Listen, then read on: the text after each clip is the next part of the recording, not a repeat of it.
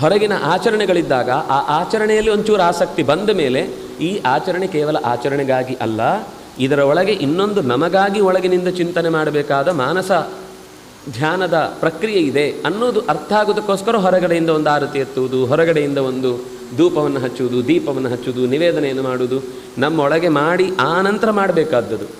ಒಳಗಿನಿಂದ ಏನೂ ಮಾಡದೆ ಸುಮ್ಮನೆ ಹೊರಗಿನಿಂದ ಕೈಕಾಟ ಆಗಿಬಿಟ್ರೆ ಅದು ಪೂರ್ಣ ಆಗಲಿಲ್ಲ ಅಂತ ಲೆಕ್ಕ. ಹಾಗಾಗಿ ಹೊರಗಿನ ಚರ್ಯೆ ಬೇಕು, ಆದರೆ ಅದರಿಂದಲೂ ಯಾರಿಗೂ ಹಾನಿ ಆಗಬಾರ್ದು.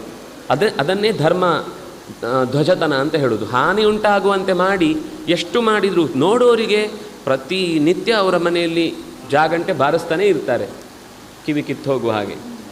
ಆದರೆ ಅದು ಯಾಕೆ ಬಾರಿಸ್ತಾರೆ ಅಂತ ಯಾರಿಗೂ ಗೊತ್ತಿಲ್ಲ. ಅಲ್ಲಿ ಅವರು ತೋಟಕ್ಕೆ ಬಂದ